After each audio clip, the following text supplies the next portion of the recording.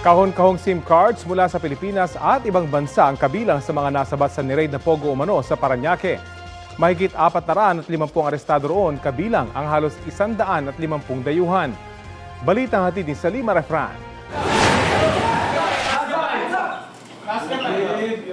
Bit-bit ang warrant of arrest para sa isang Chinese fugitive. Pinasok ng pinagsanib na puwersa ng PNP-CIDG, Armed Forces of the Philippines, Bureau of Immigration, DOJ Office of Cybercrime at PAOK ang tatlong palapag ng isang gusali sa Bay Area ng Parañaque City. Ang target, bahagi rin daw ng operasyon ng iligal na Pogo, kaya nagpatupad na rin ng mission order ang BI. 146 na mga dayuhan na karamihan ay mga Chinese ang naaresto. Kasama na ang lalaking may warrant para sa fraud. 307 naman ang mga Pilipino. Isa ito doon sa mga work area dito nga sa Sinalakay na Pogo sa Parañaque City. At bukod doon sa hile-hilera mga computer, makikita ninyong sandamakmak yung kanilang mga cellphones. Bukod pa dyan, kahon-kahon pa nga yung kanilang mga SIM cards. Ang lahat ng ito ipoproseso ng mga otoridad oras na makakuha na sila ng kaukulang mga warrant.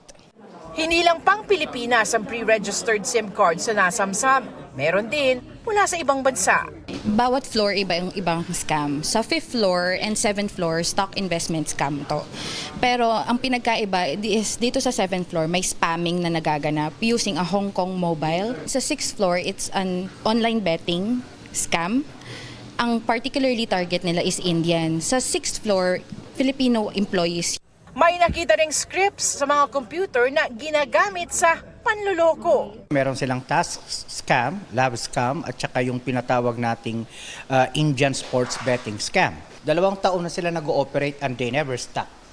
Galing daw sila sa may Asiana, nung medyo uminit daw doon, lumipat sila dito.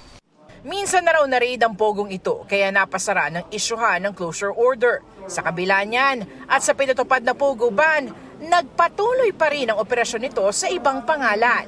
May mga nakitang business license mula sa LGU at barangay permit. Dapat kasi before they issue yung mga permits nila like yung sa barangay and then yung sa City Hall, dapat they do yung talagang religious inspection of the establishment.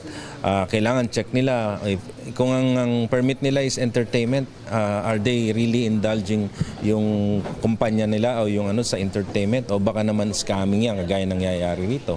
Aalamin ang immigration status ng lahat ng dayuhan, lalo't kanselado na ang lahat ng work visa ng mga pogo worker. Ang mga Pilipino isa sa ilalim rin sa questioning. Salima Refran, nagbabalita para sa GMA Integrated News.